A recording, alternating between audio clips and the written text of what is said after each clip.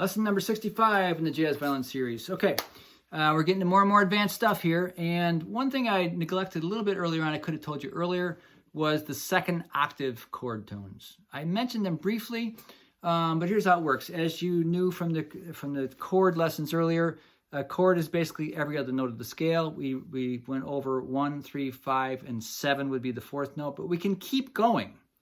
In jazz, sometimes you'll see quite complex chords. Here's our friendly key of C. Get in your ear.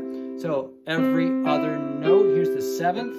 If we keep going, 8, 9, 11, 12, 13. So C, E, G, B, D, F, A.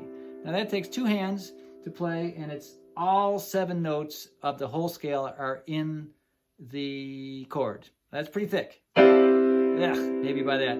Why don't we just slam our fists down and do that, right? Do the whole scale at once. Wouldn't be very fun.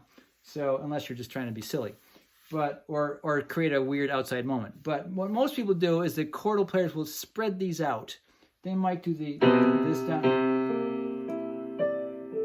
They might spread them out, so that doesn't sound so bad.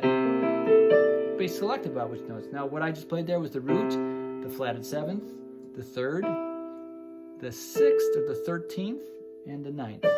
So in music, 9 equals 2, 11 equals 4, 13 equals 6. I should probably write that down. I don't have a piece of paper. Sorry. Just memorize it. Write it down for yourself. In music, 9 equals 2. This is not math. 11 equals 4. And 13 equals 6.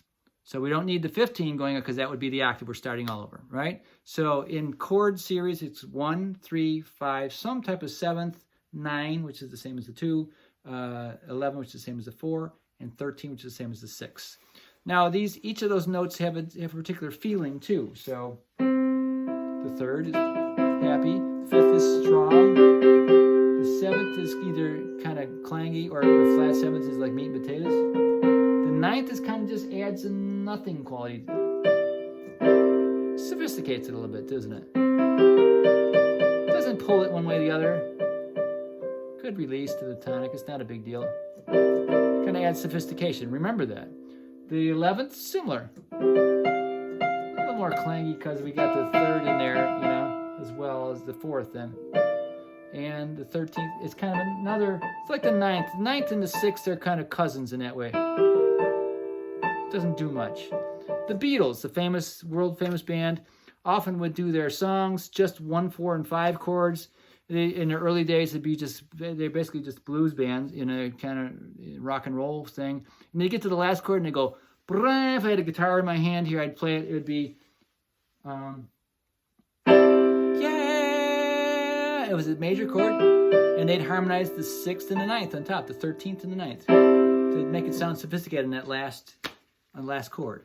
So even the Beatles were hip to this stuff, whether they were jazz or not. So there you go. The 9th and the 13th are kind of cool notes. The 11th is kind of zingy a little bit, but there's some of the second octave notes that can be added to chords. Oh, there's chord symbols. I think I'll get that in another video.